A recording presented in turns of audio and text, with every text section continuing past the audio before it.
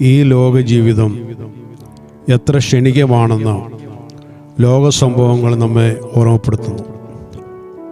സമ്പത്തും പദവിയും നാം ആശ്രയം വെച്ചിരുന്ന പലതും നിമിഷ നേരം കൊണ്ട് അപ്രത്യക്ഷമാകുന്നു. സഭാപ്രസംഗങ്ങളുടെ പുസ്തകം 12-ാം അധ്യായം 7-8 വാക്യങ്ങളിൽ നാം ഇങ്ങനെ വായിക്കുന്നു: പൊടി പണ്ട് ആയിരുന്നതുപോലെ ഭൂമിയിലേക്ക് തിരികെ ചേരും. ആത്മാവ് അതിനെ നൽകിയ ദൈവത്തിൻ്റെ അടുക്കിലേക്ക് മടങ്ങിപ്പോകും. ഹാ മായ മായ, സകലവും മായ അത്രയെന്ന് സഭാപ്രസംഗി പറയുന്നു. നമ്മുടെ ആരംഭത്തിൽ കൂടെയുള്ളവർ പലരും അവസാനം വരെ കൂടെ കാണുകയില്ല. ഒരു വീട്ടിൽ പിറന്നവർ, ഒരുമിച്ച് കളിച്ചു വളർന്നവർ, ഒരേ മാതാക്കളുടെ മക്കൾ, അവരൊക്കെ കാലത്തിന് മുന്നോട്ടുള്ള യാത്രയിൽ പല വഴിക്ക് പിരിയുന്നു. മരണം വഴിയായി ചിലർ കടന്നു പോകുന്നു. ഞാൻ അവസാനം വരെ നോക്കിക്കൊള്ളാം, സംരക്ഷിച്ചു കൂടെ നിന്നുകൊള്ളാം എന്ന് ഉറച്ച വാക്ക് കൊടുക്കുന്നവരൊക്കെ അത് പാലിക്കുവാൻ സാധിക്കാത്തവരായിട്ട് തീരുന്നു. സ്ത്രീ പ്രസവിച്ച മനുഷ്യൻ അല്പായുസ്സുള്ളവനും കഷ്ടസമ്പൂർണനുമാകുന്നു. അവൻ പൂ പോലെ വിടർന്ന് പൊഴിഞ്ഞു പോകുന്നു, നിലനിൽക്കാത്ത നിഴൽ പോലെ ഓടിപ്പോകുന്നു എന്നത്രേ ഇയ്യോബ് പ്രസ്താവിക്കുന്നു.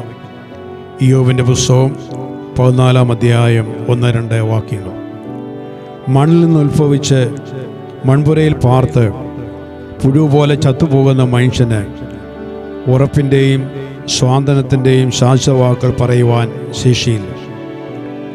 ബന്ധുക്കളും മിത്രങ്ങളും ഓരോരുത്തരായി നമ്മെ വിട്ട് പോകും. ഇന്നത്തെ മിത്രം നാളത്തെ ശത്രുവായി തീരാം. ഇന്ന് ചിരിപ്പിച്ചവർ നാളെ കരയിപ്പിക്കും. ഇന്ന് സ്തുതി പാടിയവർ നാളെ പരിഹാസം ചൊല്ലി നേർക്ക് വരും. ഏറ്റവും ഉറച്ച ബന്ധം ശവക്കുഴി കൊണ്ട് അവസാനിക്കും. ഒരു പിടി മണ്ണിട്ട് അവർ മടങ്ങിപ്പോകും. പിന്നീട് ഓർമ്മയും അടഞ്ഞ അധ്യായവുമായി നാം പര്യവസാനിക്കും. എന്നാൽ ഇവിടെ ഇതാ ഒരു പ്രത്യാശയുടെ സന്ദേശമുണ്ട്. ജനനം മുതൽ മരണം വരെയും അതിനപ്പുറത്തേക്ക് നിത്യം മുഴുവനും കൂടെയുള്ളവൻ ഒരുവൻ മാത്രം, നമ്മുടെ രക്ഷകനും വീണ്ടെടുപ്പുകാരനുമായ കർത്താവായ യേശുക്രിസ്തു. ആദ്യനും അന്ത്യനുമായവൻ, അൽഫയും ഒമേഗയും അവിടുന്ന് തന്നെയാണ്. സകലത്തിനും എല്ലാവർക്കും കാരണബോധനുമായവൻ, സംഭവിച്ചതും സംഭവിക്കുന്നതും സംഭവിക്കാനുള്ളതും ഒരുപോലെ അറിയുന്നവൻ. ഈ കർത്താവിനായിട്ടാണ് നാം കാത്തിരിക്കേണ്ടത്. ലോകസ്ഥാപനത്തിന് മുമ്പേ നമ്മെ തിരഞ്ഞെടുത്തവനും നമ്മെ ഉരുവാക്കിയവനും ഈ ദൈവം എന്നും എന്നേക്കും നമ്മുടെ ദൈവമാകുന്നു. അവൻ നമ്മെ ജീവനെന്നും വഴി നടത്തും. അവിടുന്ന് തളർന്നു പോകുന്നില്ല. ഉയർച്ചയിലും താഴ്ചയിലും രോഗത്തിലും ആരോഗ്യത്തിലും സന്തോഷത്തിലും സങ്കടത്തിലും നമ്മെ ഒരുപോലെ സ്നേഹിച്ച് നമുക്ക് ആവശ്യമുള്ളതെല്ലാം നൽകിത്തരുന്ന നമ്മുടെ ദൈവത്തെ പോലെ വലിയ ദൈവം ആരുള്ളൂ? ഇന്നലെ ഇന്നും എന്നേക്കും അനന്യനായ ദൈവം നമ്മോട് കൂടെയുണ്ട്. ഈ വിശ്വാസം നമ്മുടെ മരുഭൂമി യാത്രയെങ്കിൽ നമ്മെ ബലപ്പെടുത്തട്ടെ, ശക്തീകരിക്കട്ടെ. യഹോവ നമ്മോട് കൂടെയുണ്ടെങ്കിൽ നാം എന്തിന് ഭയപ്പെടണം? ഭയത്തെ നാം കീഴടക്കണം. ഭയം നമ്മെ കീഴടക്കി ഭരിക്കുവാൻ നാം സമ്മതിക്കരുത്. സർവശക്തന് നമ്മുടെ കരം പിടിക്കാനുണ്ടെങ്കിൽ നാം പരിഭ്രമിക്കേണ്ട യാതൊരു ആവശ്യവുമില്ല.